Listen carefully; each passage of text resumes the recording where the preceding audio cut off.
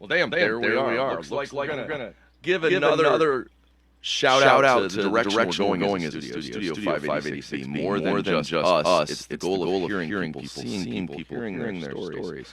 As we move into May and work on our biggest project ever, 586 stories, where what we do is talk to people, find out kind of the shared existence we all have, and hopefully in that share being seen, and you'll feel seen too. So today we're going to talk to Denise Lescano. We're going to go over some basic 10 questions. Those of you out there that have seen this before know kind of how it's going to go. How are you doing today, Denise? I'm doing great, Matt. Thank you. How are you? You know what? Not bad. It's really been about perfect spring weather here in Ohio. So we're in that 40s, 50s at night, 60s, 70s during the day. You know, it's my idea of heaven. That's very nice. I'm down here in hot, humid Southwest Florida, so it's summer already. Well, at least the iguanas aren't falling out of the trees anymore. You know, I mean, there's an Yes, upside. that's true. Now we have alligator mating season. That's the latest. Alligator porn. Not something I've ever looked up. God, that sounds like a weird world to live in. I know that It yesterday is. we had a moment. There were some beetles making We saw some ladybugs. ladybugs. It We was saw some ladybugs in a bush. ladybugs were doing their making thing, love. you know? Yeah, it was Yeah. ladybug season here in Ohio. That's funny. We have a love bug season, and the love bugs are always mating, and they get all over your cars. So Oh, it's spring. Wake up to go to work and there's a love bug on your dashboard. what is his name? Do you know? You're not old enough to know. I don't know. No. If there's a love bug, his name is Herbie. So, okay, the first question is one of the easiest questions in the world. Where are you from, Denise? I am from Baltimore, Maryland. Okay. And so how did that affect you? Baltimore is known as a kind of a rough hood from time to time, depending on where you're at in Baltimore. Well, it is. It is proudly always held the top three spots of most homicides in the country as long as I've been alive. So it was actually a really interesting life. I did live in the northern part of Baltimore, and it definitely, I would say, is kind of a rough and tough area, but it also has a really very friendly kind of down to earth side. It's a mix. It's right, right. As somebody that's lived in a lot of different communities, it's amazing that all of them, once you fit into their societal norm, it's no, that's every day. That's what you're doing. You Um, just kind of blend in. right, right. What's your very first memory? Like if you go back in your head and you're going that very when you can close your eyes. Mine is I can remember moving into married housing at 3 years old in Ann Arbor, Michigan. I can close my eyes and see my godfather holding the door for my dad to open the door the first time. Is the one that always comes to my head. What do you see as that first spot? Yeah, it's funny. I guess some people have great memories. Mine is not the best. I don't like my early childhood is a lot of blurry memories, but I would say probably after I was born in Baltimore, we briefly moved down to Orlando and then I went back. But I do remember being on the beach, Daytona Beach in Orlando. And at that time, which was in the 60s, you could drive your car right up there on the beach. And I just remember standing by my grandmother's car in Daytona, and my dad had a little airplane, and he took me up in the airplane, and I just remember there was this big long line of black, and it was just a little bit off of the beach, just past the swimmers. And when I asked my dad what it was, he told me it was sharks. So that has always stood out in my mind. However, I did go on to be a scuba diver and actually enjoy them very much now, but it made an impact, I guess. You're like, oh, okay, sharks. Sharks are, but that's a big thing. About 500 feet from all the beachgoers, they were just all there in a line all the way up and down Daytona Beach. I'm sure they still are. Oh So yeah, so waiting for somebody to break off from the pack. A nice quick yeah. lunch, maybe a flailing child or perhaps an overweight vacationer pulled under by the undertowed. Exactly. I've since oh gosh, I forget. I'm going to horribly bash this reference, but there's it might have been World According to Garp, or it might have been Hotel New Hampshire, where they are always talking about the undertowed, that the youngest child did not understand when they said undertow and was deathly afraid of the giant amphibian that lived just off the shore. So he thought there was a toad under the water. No fear of That's sharks, funny. just toads. Just toads. Just toads under the water. Yeah. So how do you work? How would you describe what you do? That's what you, if somebody goes, "Hey, what do you do?" What do you do, Denise? Well, it depends who's asking how my answer goes. My work is very unusual. I am a professional psychic medium. I'm also an author, and I've been involved in the years over in television and broadcasting on radio, and I've also been an entrepreneur with quite a few businesses. So my general answer in mixed company is consulting. It's just I just say I do consulting because I do. Okay. But if I'm in a more personal environment, or I feel like the audience is receptive, then I will reveal what I actually do. It's a little easier that way. It's less questions. So do we get the reveal? What's the reveal?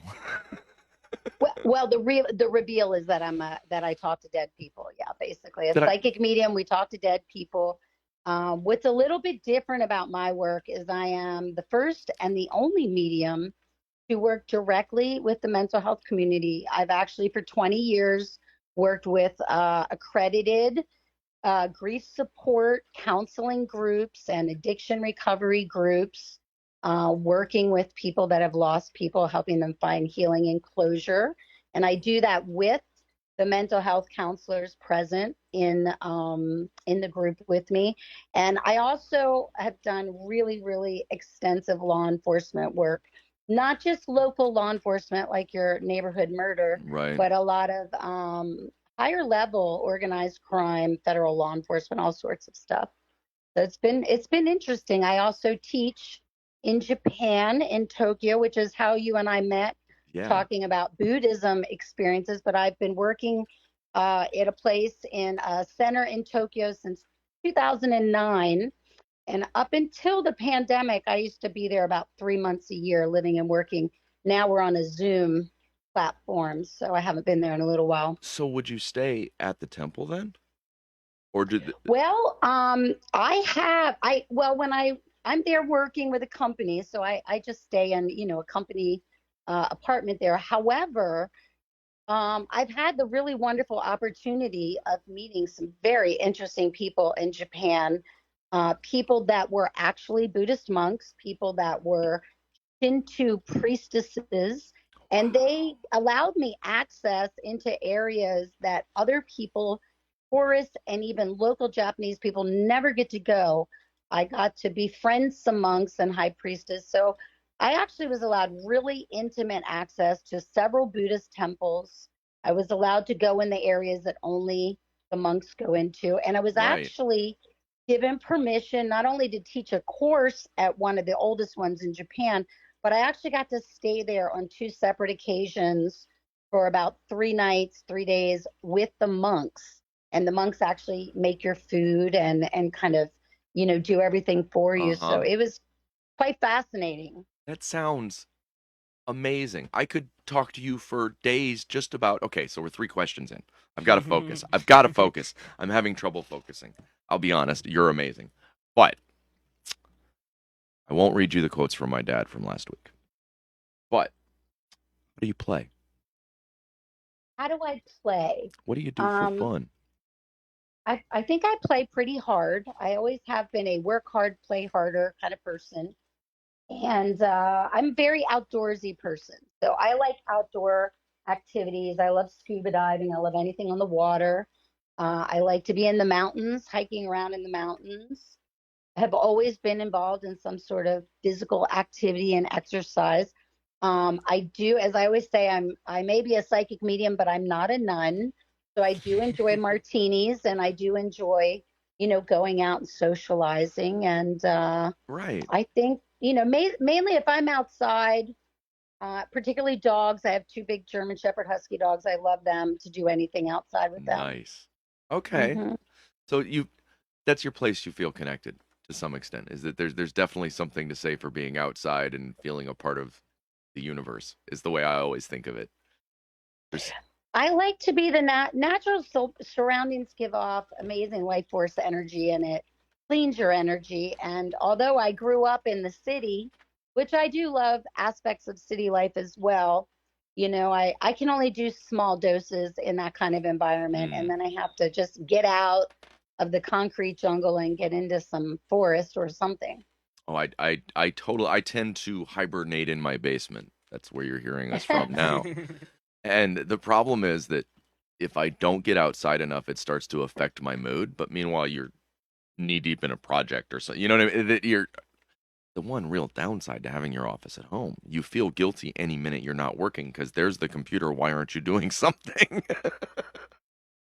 Well, and that's true. And actually in Japan, there's a whole, I don't know if you'd call it a religion or not, but it's a whole belief system about trees. And trees are sacred in Japan, and so are forests. They're very protected. And there are people there, they just go out and walk in the woods and they hug the trees and things because they recognize that you get life force energy, you get replenished from being in that natural environment. Ocean water does the same thing. Yep. No, I concur. I find that one of the things that has always worked for me is mountains or oceans give me perspective. Yes, I That would agree with that. that when you're at that moment where you feel like, "Oh my God, why is the universe doing this to me?" You go and find that space where you go, "Oh, why am I fighting with the universe?" I can find that when I'm looking at the sky in the nighttime. Like I'll look up at the sky and just like realize, oh snap, there's like a whole universe of like stuff, and I'm just this tiny little thing on this little dirt ball floating through the sky. Makes I'm those just worries have just it puts yeah. there's a perspective that I've always I'm a big one on. I've given up all temples and schools with walls. That I think the greatest temples and schools in the universe are the universe. I agree. I would say my church and my religion would be nature outside. Hmm. And it's funny when you and I met on a post about Buddhism, and I shared a little story, and I thought it was just the most amazing story. And there's some people that were very, very uh, Orthodox Buddhist, I'll just say, and they had a lot of judgment and disapproval about it. So it's funny how religious environment is. I don't like that much restriction personally. It's where I run into troubles. It's in my eyes, everybody's trying to describe a shared experience, and then they're fighting over the verbiage. Yes. And that doesn't Yeah. make sense to me. So my first thought was, so I came into the world about a year ago going, I have to figure out a way to spread compassion and get people to come to terms with the idea that we're in this together.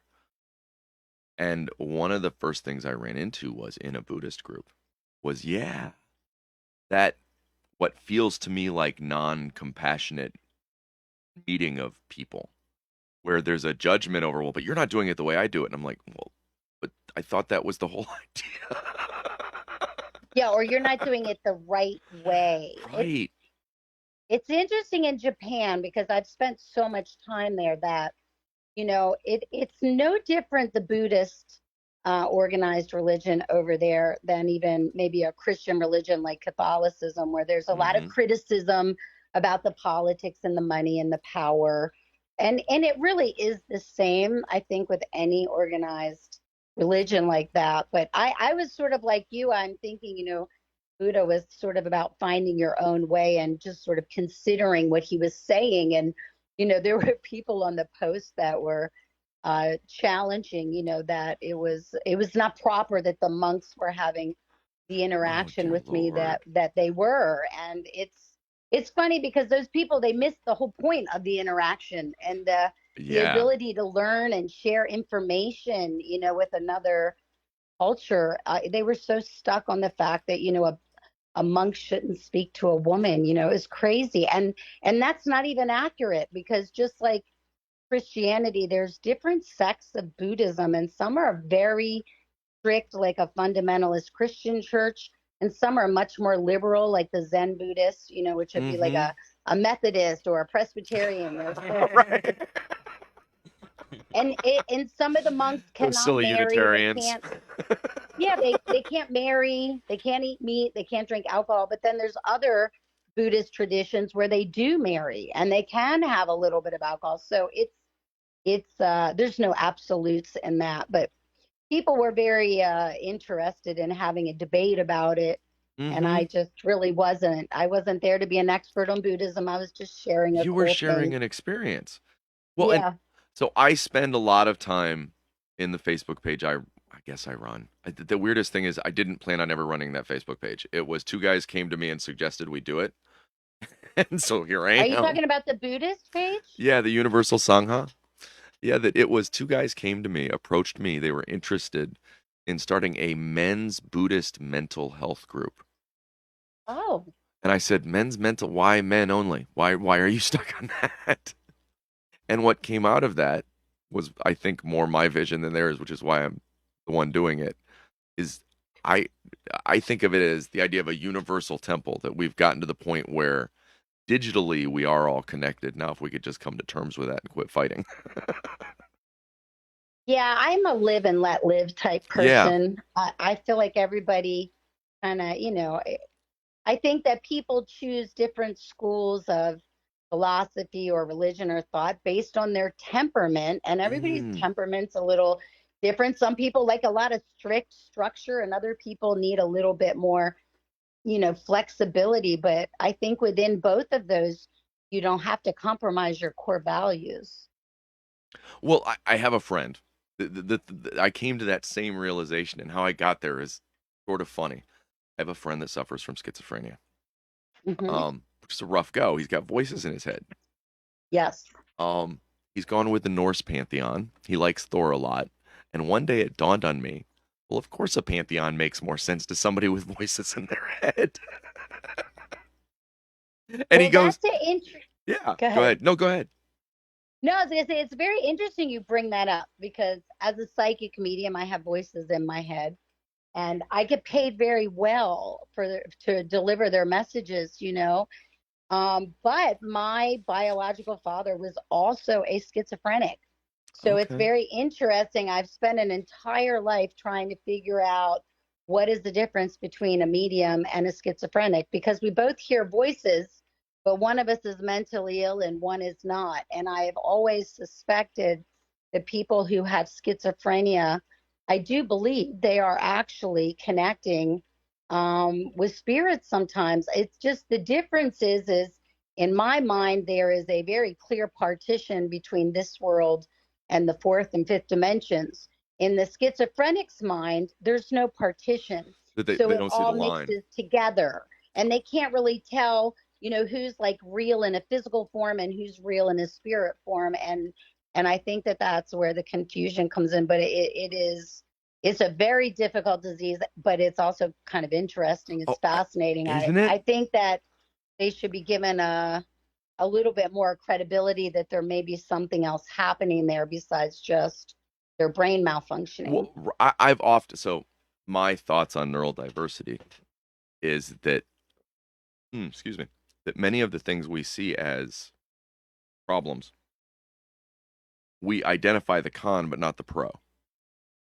That I find, for instance, that on my particular path, whether you call it Buddhism or however you describe this meditation and trying to be mindful and compassionate, um, that one of the things you have to give up is the idea you've got control, like that attachment to controlling what's going to happen next.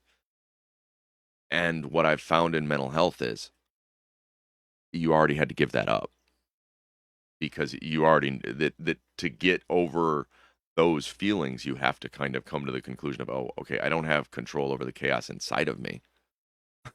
Well, by the point you get to the point where you're actually seeking help for mental health issues, you start to realize, like, when you're having conversations with therapists and doctors and stuff like that, you start to realize, like, oh, the way that I've lived and I've experienced life up until now, I haven't had as much control as I thought I did. Mm, So there's I got a lot of peace when when they first were like, "Hey, this is what we think might be wrong." I got a lot of peace just because of the fact that constantly I was finding myself in situations where I was acting differently than other people, or I would react to something differently than other people. And I was scared because I didn't get it. And once mm, I got that, it was like, "Oh, I don't have as much control over myself as I think I do. I can be a little bit more calm now. I can chill out a little bit." You know? right, right. Having a sense of, so do you think that in the end, that to a great extent, that it's a perspective issue, that like you were saying, so my mom always says, don't fight with your demons, invite them to tea. Hmm. And that as opposed to fighting with the voices, you listened and were able to become comfortable with what they had to say. Am I understanding that right? I would say, yeah. I mean, it was interesting growing up because I had a huge fear of sharing my experience with anyone because Mm, my father was forcibly committed into mental health hospitals. Back in those days in the 70s, they were quite barbaric. I mean, we were talking mm-hmm. about electroshock therapies and very heavy duty medications. And so I chose not to tell anyone and my family until I was, I think, close to 40 years old, and I was married. And I knew Wow. he was not going to let anybody commit me. Okay. So I think that, yeah, And so how'd that go? I, When did you get committed? Exactly. No, no, I'm just kidding. That's Go ahead. well, and I think that, if here's one, I work with mental health counselors. So let me Yeah. first start by saying I have great respect for the mental health field. And I like that nowadays, instead of looking as spiritual people like me are in sort of like opposition to mental health, we're actually working together. But Yeah. I think for mental health to be effective, they have to also accept that there is another spiritual reality. And when people like myself as a young child are having experiences, if you tell them it's not real and they're hallucinating and start medicating them as teenagers, then they will become mentally ill. And so I Mm. think it's very important to validate it. However, there's a distinct difference in my father as a schizophrenic and me. The voices that he heard told him to do harmful things to himself and even others. Right. The voices that I hear never do that.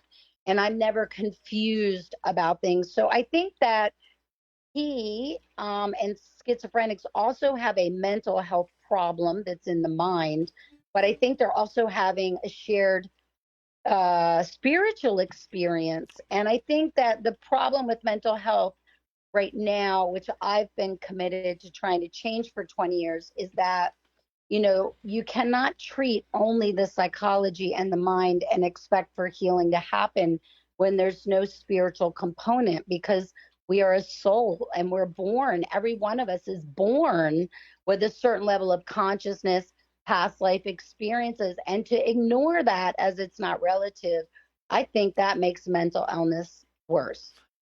I have often thought, so I had a thought relative to the pandemic and the way in which virology works. And I Mm-hmm. began looking at human evolution with a similar thought, that you watch a virus like COVID-19 and you watch it's randomly coming up with protein spikes, trying things. So when I look at what we sometimes now term as mental illness or neurodiversity, I think it's that same kind of evolutionary throwing stuff at the wall and trying stuff. So like Yeah. when you see someone who is on the autism spectrum, part of that is they're able to take in more and whether or not it overwhelms them. That you are taking in additional information and whether or not it's more than you can handle.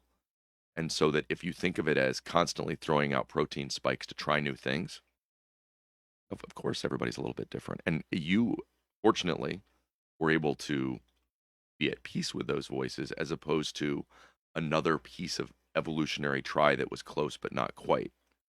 You're closer, if that makes sense.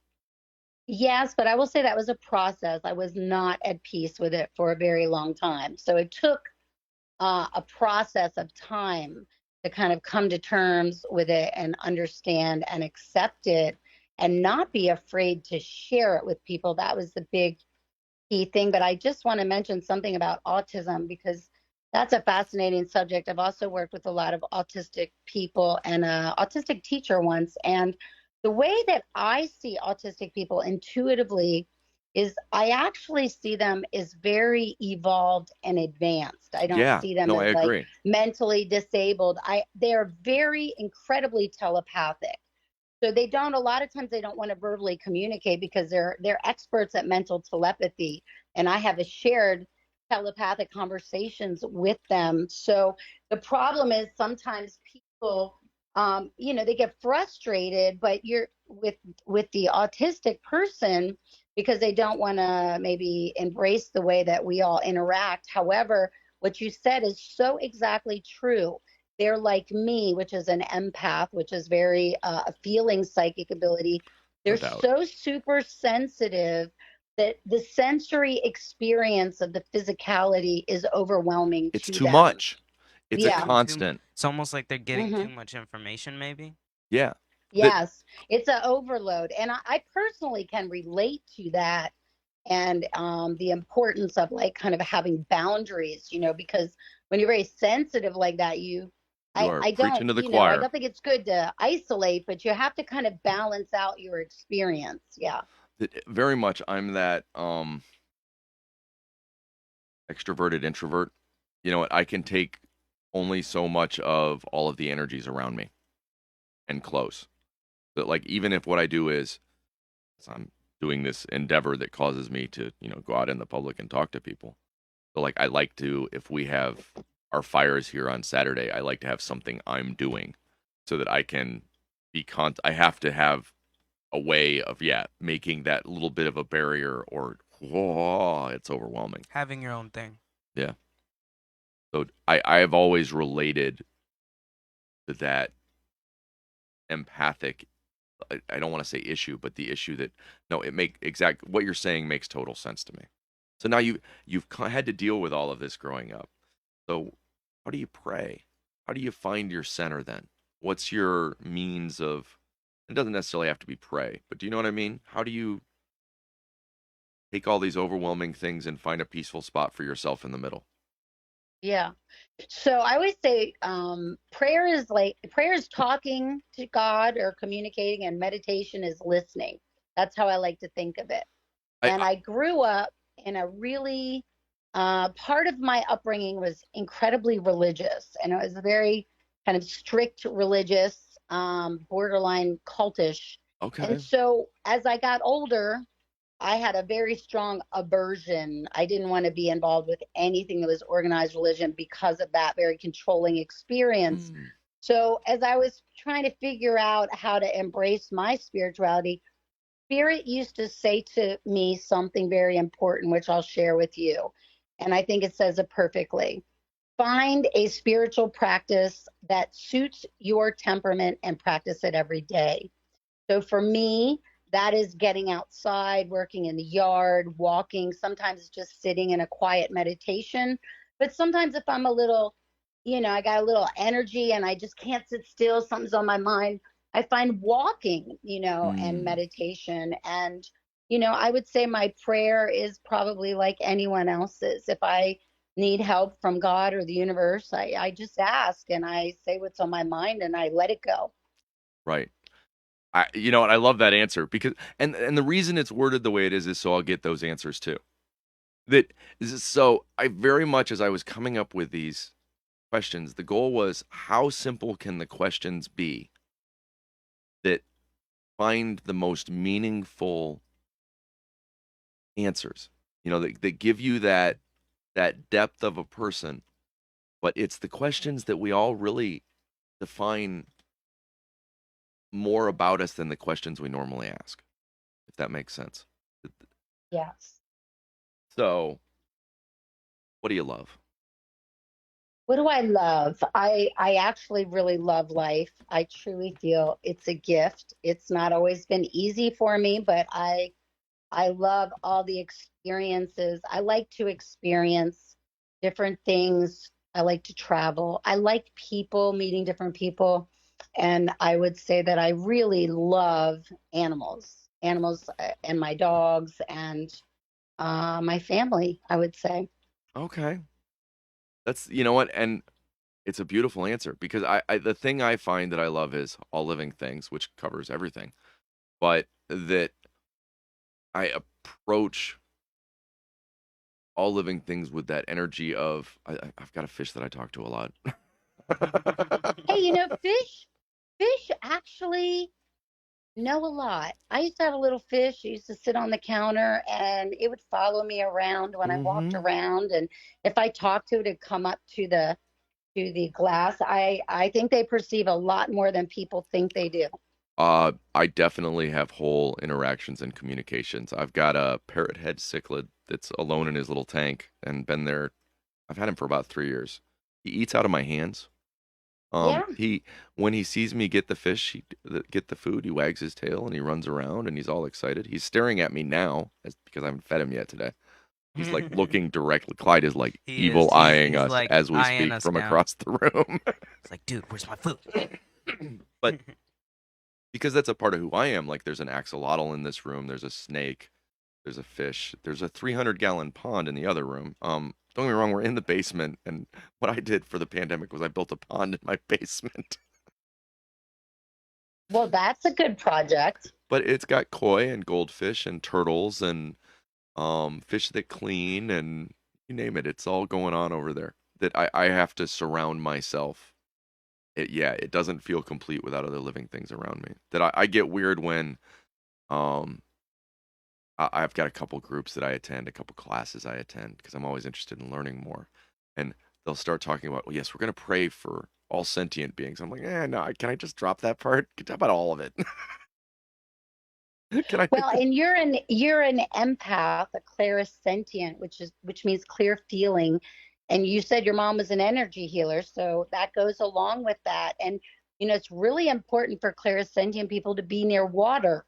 So being in Ohio, I can see why you'd want to put a pond in your house. Your energetic field is probably just craving water. And the fish moving around in the water, it's like a cat walking around the house. They're very great at cleaning the environment of unwanted energy and giving off some. So I think it's great you have that water there.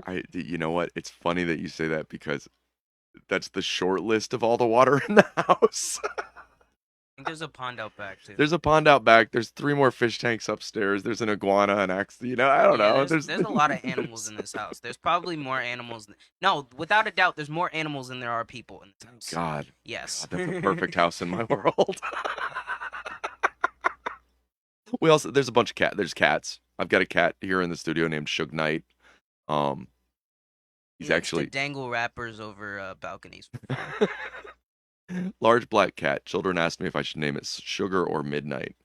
And knowing Suge Knight's history, yeah. So we have a cat named Suge Knight. Cats are cool. Cats are amazing. So speaking of Suge, about a year ago, I was suffering from some pretty severe depression and anxiety. And one of the things I did was practice breathing and energy work with the cat as a filter. Mm-hmm. We did, you know what? He saved my butt a couple times. And then he would nap out for 3 hours.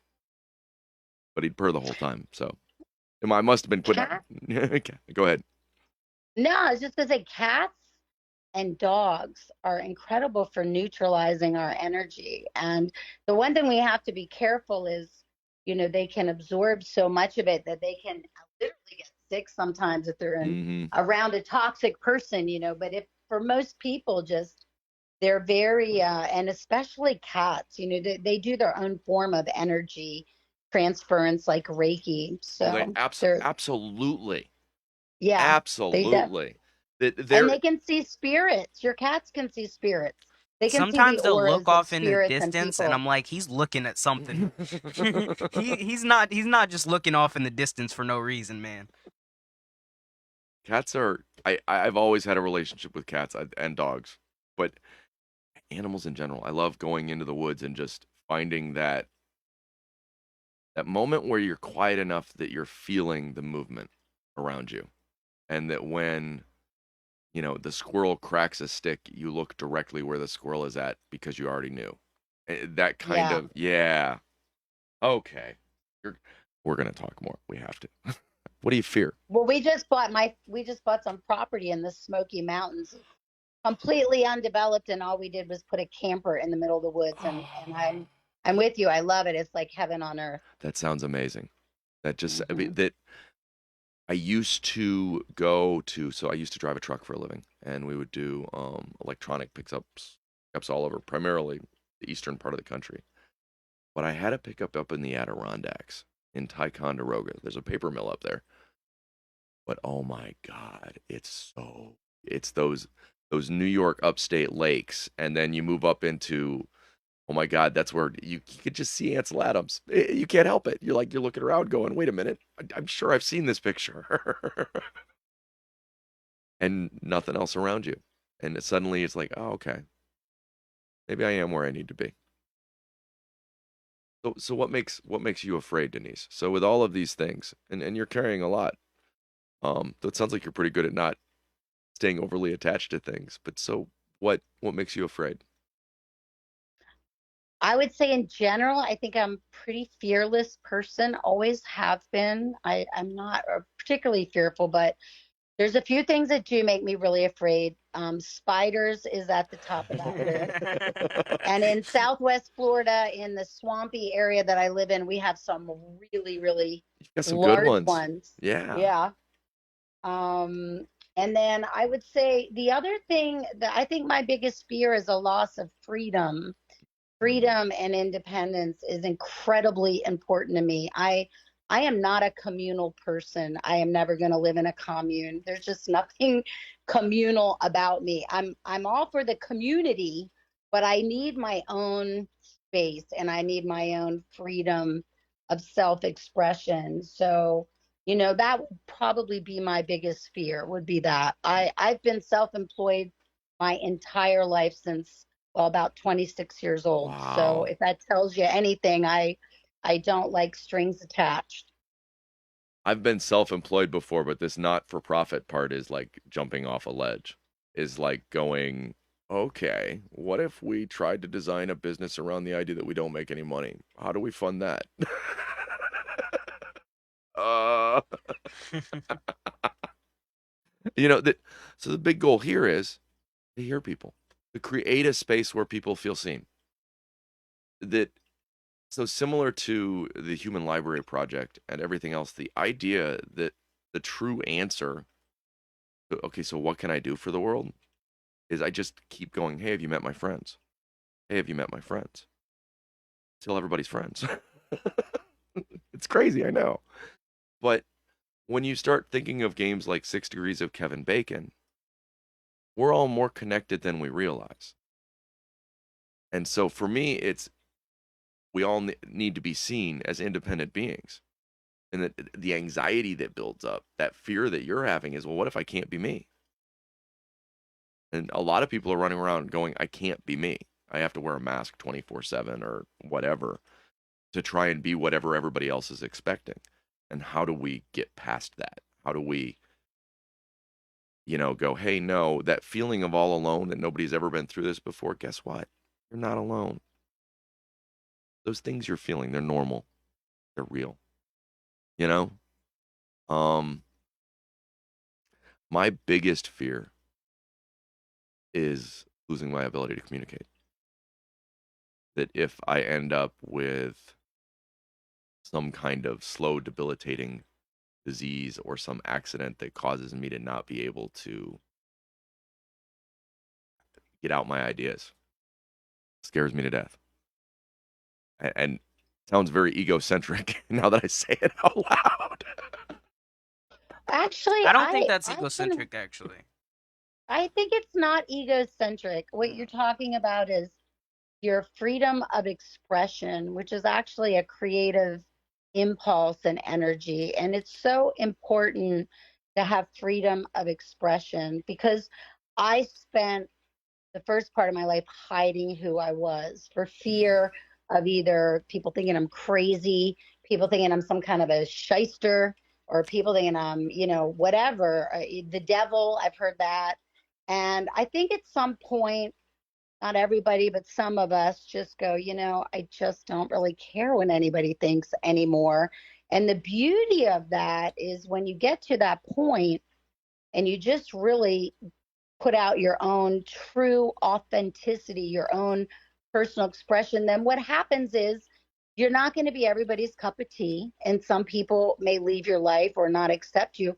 However, the ones that stay in your life or you attract are people that are going to be really strong relationships and authentic because they're being attracted to who you really are. Right. And a lot of relationships never last, they never go well because people go into a relationship, whether it's a friendship or a lover, projecting some image of who they think they should be or the other person wants them to be. And you can't maintain that forever. So then when that starts to break down and then people see who the other person is, they go, oh, well, they changed. Well, no, they never changed. They just never showed you who they really were. Right. And then it's important to just be who you are. If I could say that to everybody, I would just say, be who you are and let the people that don't vibe with that leave, because then Right. you're making room for people that do. And when you get those people, those bonds are very strong and they're real. And that's the only way intimacy can really happen, in a relationship, is that way. Is if both people are open to it. I Exactly. wholeheartedly agree with everything you're saying. That it's so. The way I related to it was you get tired of being a chameleon eventually. So my ability was I can fit into any group. Anywhere, I can meet people where they're at. Whichever socioeconomic level, whatever, I can be whoever I need to be to fit right in, and everybody's accepting of me. They're not really accepting of me. Accepting of the mask that you've put up to interact with them. Exactly. Yeah. Exactly. So that it's the learning to be present as opposed to learning to make people happy. Yeah. You have to love yourself first. You have to make yourself happy first because you can't share happiness with another person if you don't even possess it yourself. Like two miserable people coming together, they don't make a happy No, they couple. They don't. make They're a happy for a miserable few months. couple.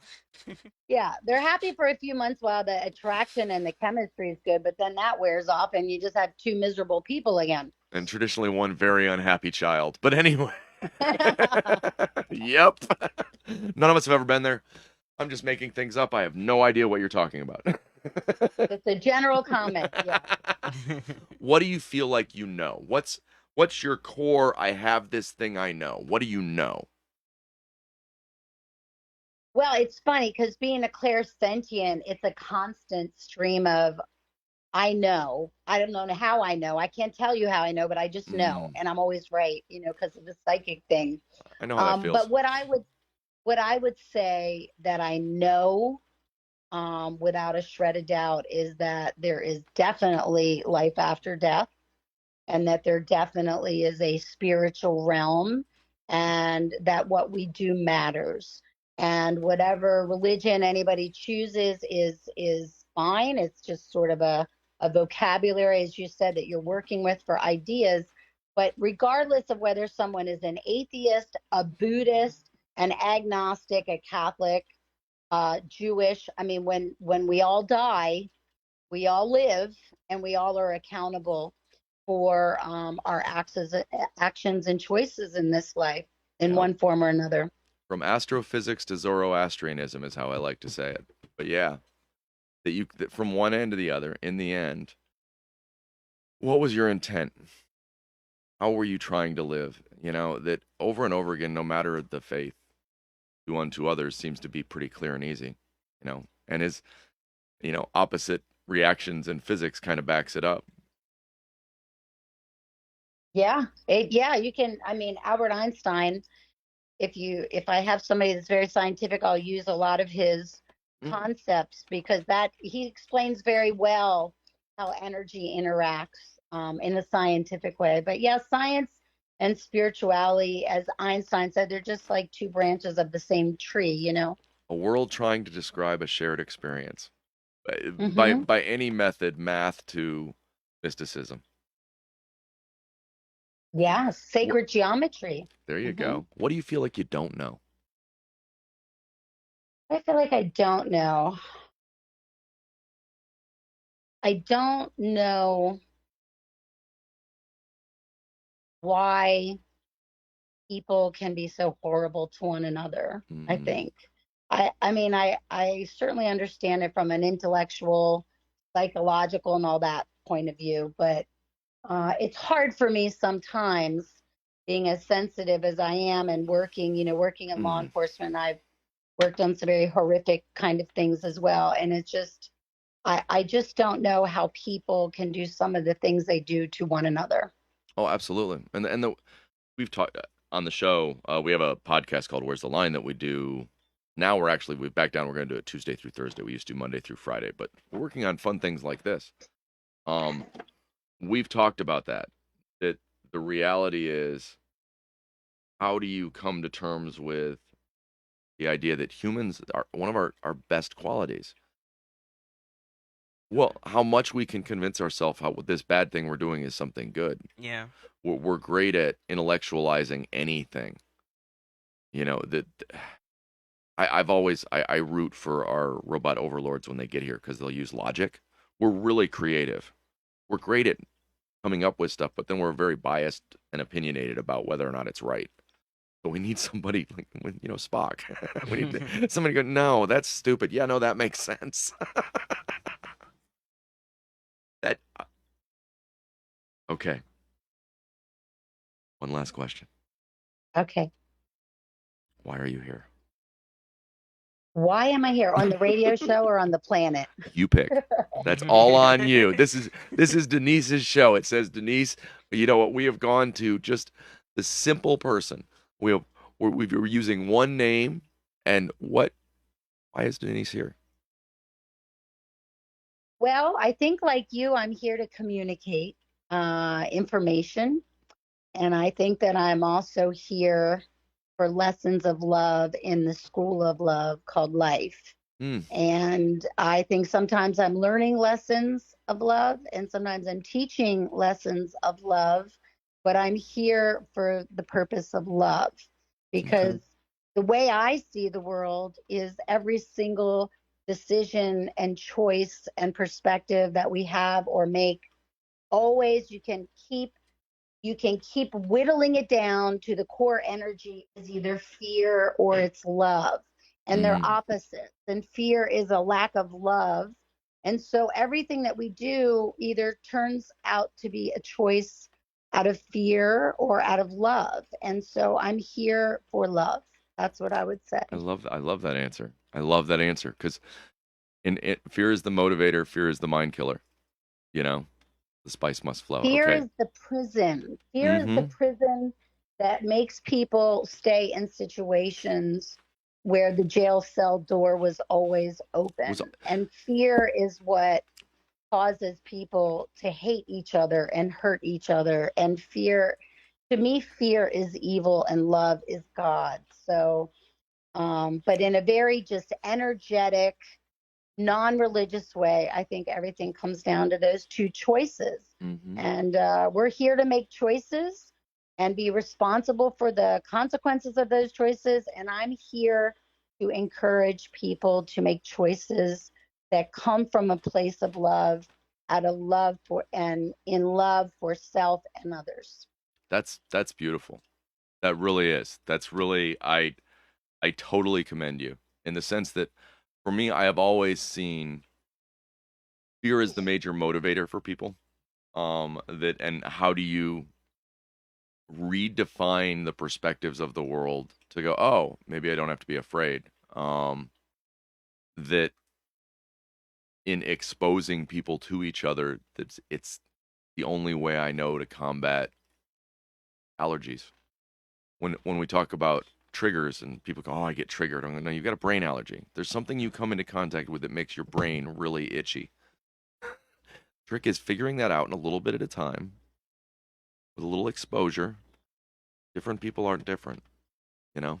Well, love takes courage, doesn't it? It takes a God, lot of yeah. courage to make a choice that's not fear.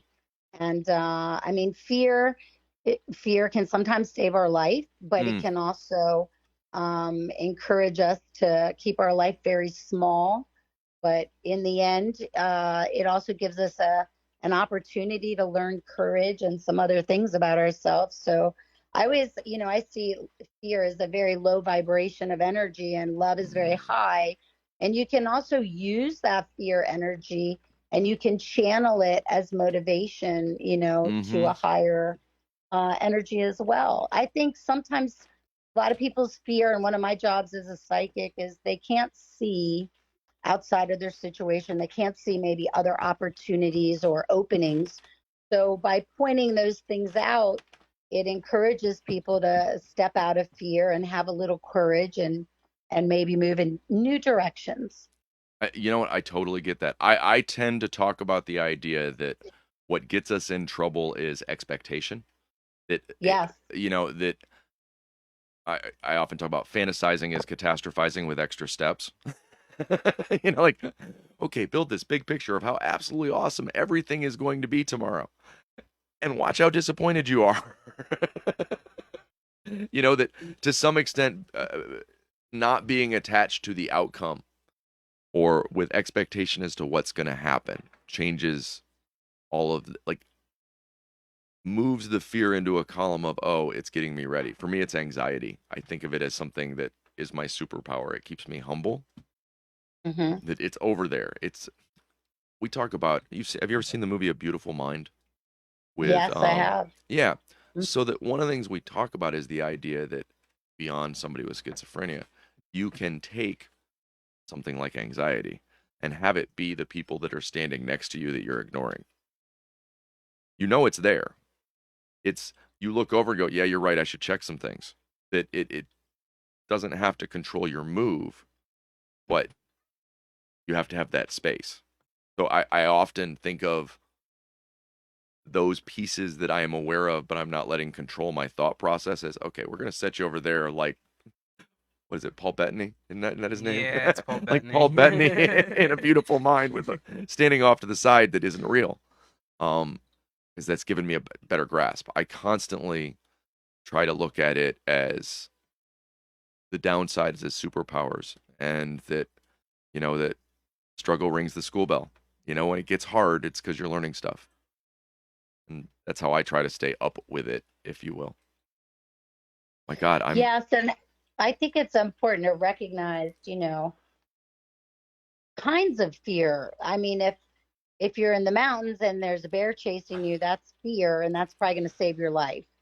But if it's just a constant renumerating or thinking over and over about things from the past and projecting fear onto the future, mm, then that's just debilitating, and that's not living. That's just existing kind of in a prison of your own mind. oh, absolutely. That overthinking isn't thinking. No, it's not. Yeah. Not at all. So I often picture, okay, we're gonna go to another movie just for the hell of it. Have you ever seen?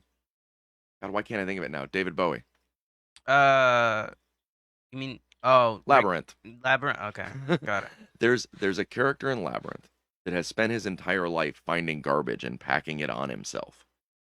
And I feel like that is representative of us as humans. That cage you're talking about is very self-made.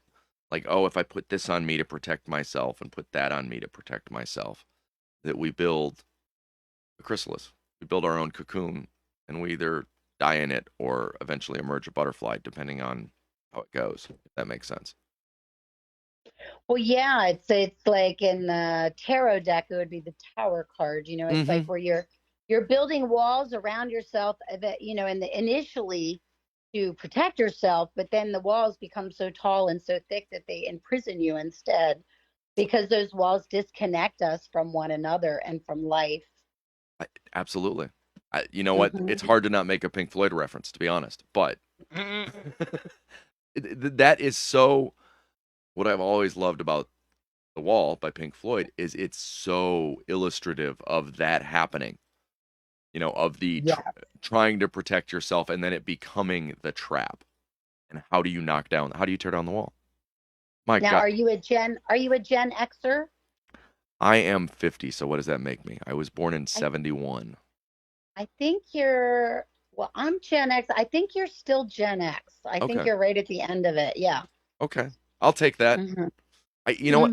I've always gotten confused when I would go look at which generation I was supposed to be and go, yeah, I don't know. So you're a little bit older than I am, but not much. I'm a little bit older, but yes, I grew up listening to Pink Floyd. So there you go. yeah. Well, I have often said the earliest philosophy I got, Yoda and Pink Floyd. Oh, Yoda was great. Right? I loved Yoda. Yeah. We were hit with stuff that had some deep meaning that nobody was talking The about. Matrix. What about Oh my God, right? The world we live in is the Matrix. I love that movie. The original book it was based on is called You're All Alone. Is it All Alone? Something like that. I've got it on my shelf. I grew up in a science fiction house that, you know what, I constantly am quoting Buckaroo Banzai and go, you know, no matter where you go, there you are. So that philosophy came to me in a way that, hey, you know what, I read Lord of the Rings. That'll teach you about good and evil. Denise, I am so delighted. This has been such an amazing conversation. Well, thank you so much for having me on. I've really enjoyed it. It's a very interesting conversation because it's quite broad. So I've enjoyed it as well. Yeah, no, I hope that I feel like I know you better, and what I want to do is ask a million more questions. So hopefully we'll do this again soon. I would look forward to that. Oh, me too, me too. Oh my gosh. What a great day. What a great day. I want to thank everybody out there who's listening, and gosh, I look forward to doing more of this. And